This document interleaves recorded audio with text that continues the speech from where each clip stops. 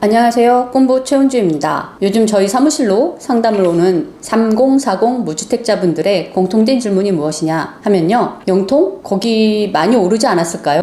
시중에 현금이 지금 1억 5천에서 2억 정도 있는데요. 지금 영통의 아파트를 실거주로 매수할 수 있을까요? 내 집 마련이 가능할까요? 이미 많이 오르지 않았을까요? 하는 질문들입니다. 결론부터 말씀드리면 조건만 맞는다면 아직 기회는 있습니다. 다만 조건을 꼼꼼히 따지지 않고 무조건 뛰어든다라고 하면 자금이 꼬여서 계약금을 포기하게 되는 그런 상황이 일어날 수도 있습니다. 오늘 영상에서는 단순한 희망 고문이 아니라 현금 2억 안팎으로 5, 6억대 영통 아파트를 잡을 수 있는지, 살 수 있는지, 없는지 실거래 데이터와 그리고 왜 많은 사람이 놓치고 있는 KB 시세와 실거래 통해 가감없이 짚어보겠습니다. 먼저 지금 영통의 실제 분위기가 어떤, 손님들도 꾸준하게 들어오고 전월세가 없기 때문에 실거래 매수를 하고자 하는 분들이 계속 늘고 있습니다. 그래서 영통 소형을 기준으로 봤을 때 벽족골 주공부단지와 롯데아파트가 지금 6억을 넘어선 이후로 코로나 시즌에 찍었던 정고점을 넘어서 새로운 신고가를 찍었죠. 9주공 아파트 같은 경우는 6억 4,500, 롯데아파트 같은 경우는 6억 3,400만원 정도 실거래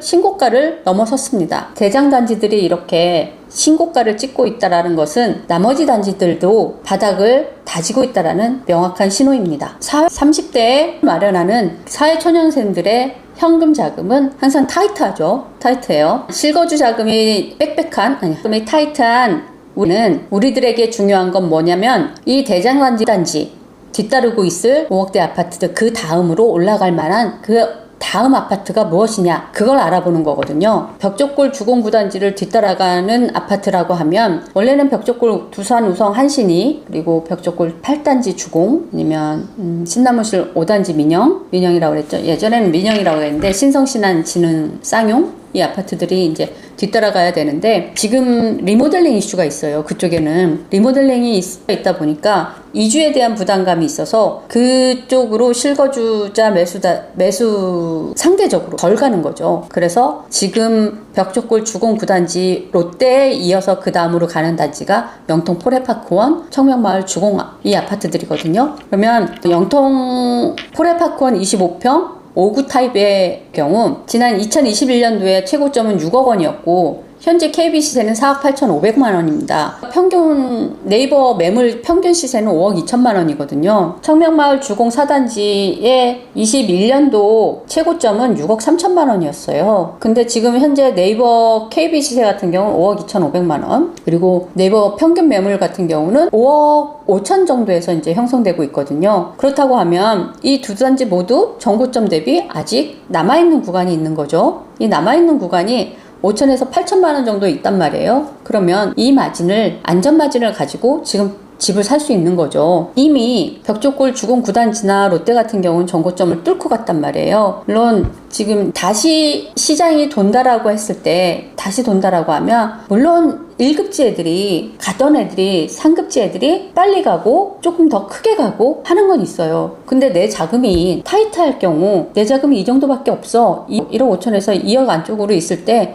그럼 내가 살 수 있는 집은 어디니? 라고 한다라고 하면 살 수 있는 집을 사야 되잖아요. 그러면 아직 정고점까지 마진이 남고 상방이 아직 열려있는 이 공간으로 들어가는 게 진입구간이라는 뜻이죠. 그럼 이제 본격적인 질문으로 들어가 볼게요. 지금 딱 현금 2억이 있어요. 아무런 추가 대출 없이 5억대 집을 살 수 있는가? 이 계산에서 반드시 짚고 넘어가야 할 계산이 뭐냐면 LTV, 즉 주택담보대출이잖아요. 이 비율은 매매계약 시 매매가가 아니라 KB 시세예요. 대출 한도가 정해지죠. 네이버 시세나 실거래가 KB 시세보다 높으면 그만큼의 차액이 생기죠. 돈을 더 많이 가지고 있어야 돼요. 내가 가지고 있을 현금이 더 필요하게 되는 거죠. 근데 내 매매가를 기준으로 계산을 해서 계약금을 넣게 되면 나머지 금액에 대한 부담이 생기죠. 그럼 또 나머지 금액에 대한 돈을 구해야 되니까 다시 또 알아봐야 되는 상황이 생기는 거죠. 보통 이제 젊은 친구들이, 처음 집을 사는 친구들이 그 KB 시세로 기준이 된다라는 거를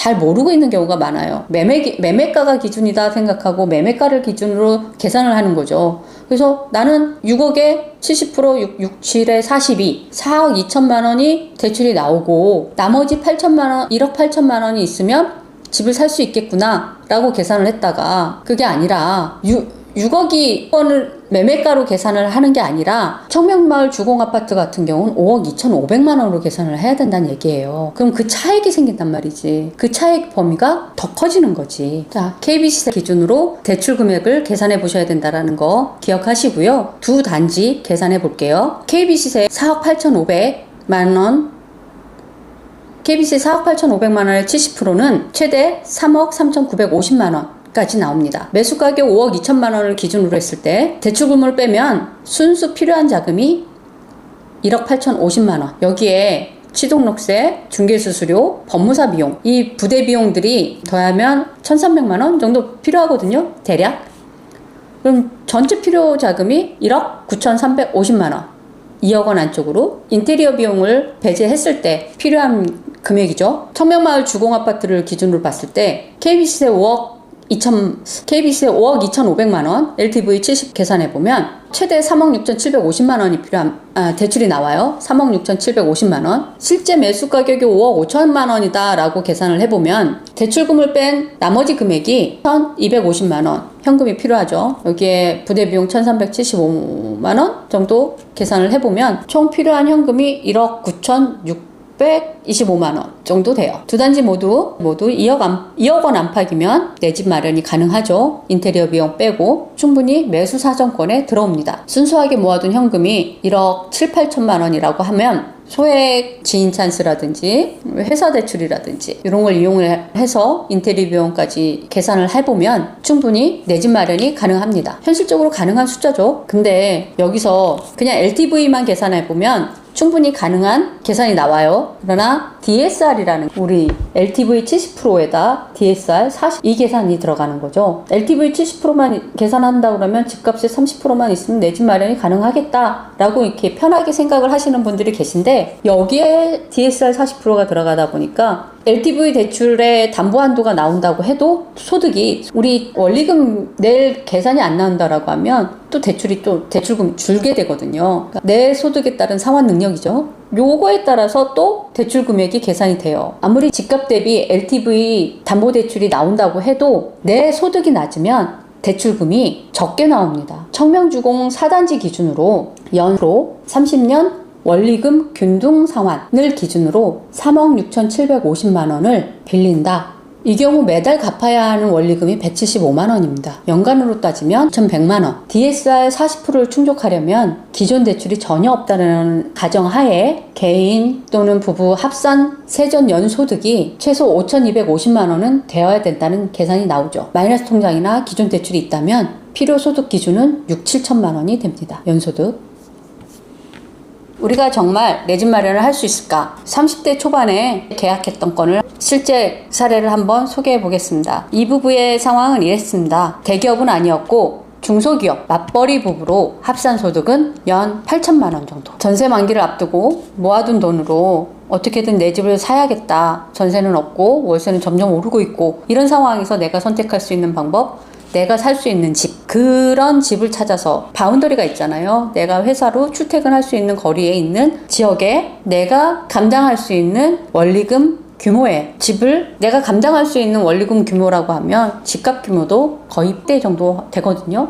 그 규모 전세 만기를 앞두고 모아둔 돈, 모아둔 현금, 순수 현금이 1억 8천만 원 정도 됐어요. 그럼 이분들은 청약 가점이 낮아서 청약을 기대할 수도 없거니와 더불어서 청약할 수 있는 분양가가 그럼 우리가 감당할 수 있는 규모가 아니죠. 그가 아니잖아요. 분양가 자체가 평당 3천만 원 훌쩍 넘는 이런 금액대에 분양 아파트를 기대한다라는 건 청약도 안 될 뿐더러 감당 가능한 규모가 아니라는 거예요. 그럼 어떻게 해야 되느냐? 내가 전월세는 올라가고 월세도 올라가고 그나마도 올라간 집에 없어요. 없으면 내가 거주할 수 있는 집을 사야 되잖아요. 내 집을 사야 되는데 어떤 규모로 사야 되느냐? 내가 감당할 수 있는 규모가 있었잖아요. 감당할 수 있는 규모에는 자금력도 있거니와 또한 거리도 있어요. 실질적으로 내가 뭐 같은 금액대의 새 아파트를 저 아래 지역으로 내려가면서 살 것이냐, 아니면 서울로 출퇴근하고 분당으로 출퇴근하면서 이 출퇴근 거리가 가능한 이 거리 내에 있는 구축 아파트를 살 것이냐 하는 선택은 있겠죠.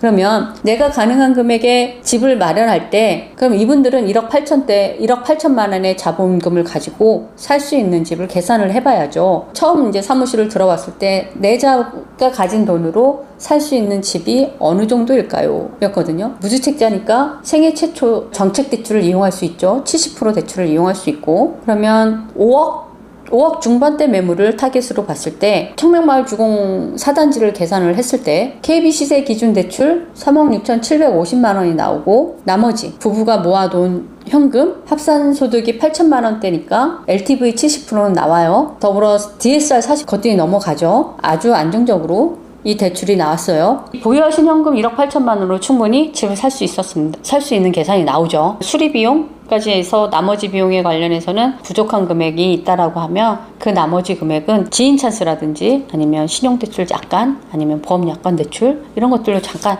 나갈 수 있는 여지가 있는 거죠. 신용이 좋다니까. 직업 회사 4대 보험을 받고 있는 안정적인 회사를 다니고 있으니까 무리하게 6억이 넘고 7억이 넘고 8억이 되는 이런 아파트를 사는 것도 영끌 해가지고 살 수는 있겠죠. 근데 이제 금리도 올라가는 상황에서 무리하면서 내 생활이 피폐해지는, 너무 힘들어지는 그런 상황은 안 만드는 게 좋아요. 입지가 탄탄하기도 하고, 영통이란 곳이 살면서 느끼는 편리함이 꽤 많아요. 학군도 그렇고 교통도 그렇고 조용하고요. 그래서 이 입지가 괜찮은, 내가 생활하기에 괜찮은, 또 직장으로 출퇴근하기에 괜찮은 이 영통에서 6억 사이의 아파트를 산다라고 하면 1년 뒤, 2년 뒤, 그 다음에 대한 기대치가 무엇이냐면, 앞에 벽족골 주공 9단지라든지 롯데의 흐름이 상승 기류를 타고 있잖아요. 청명마을 4단지 주공이라고 하면 얘네들은 이 먼저 간 단지들을 흐름을 따라간단 말이에요. 앞에서도 말씀드린 것처럼 정고점에 아직 도달하지 않았단 말이에요. 정고점까지는 간다라는 편안한 마음으로 집을 사시면 될 것 같아요. 그러면 제가 이 영통 구축액을 거의 비하하듯이 얘기하시던 분들이 계세요. 뭐 올라가겠어? 구축이 올라가겠어? 얼마나 올라가겠어? 30년 차 년이 다 돼가는 이 아파트들이 얼마나 올라가겠니? 위험해 라고 말씀하시는 분들이 작년에도 있었고 재작년에도 있었어요.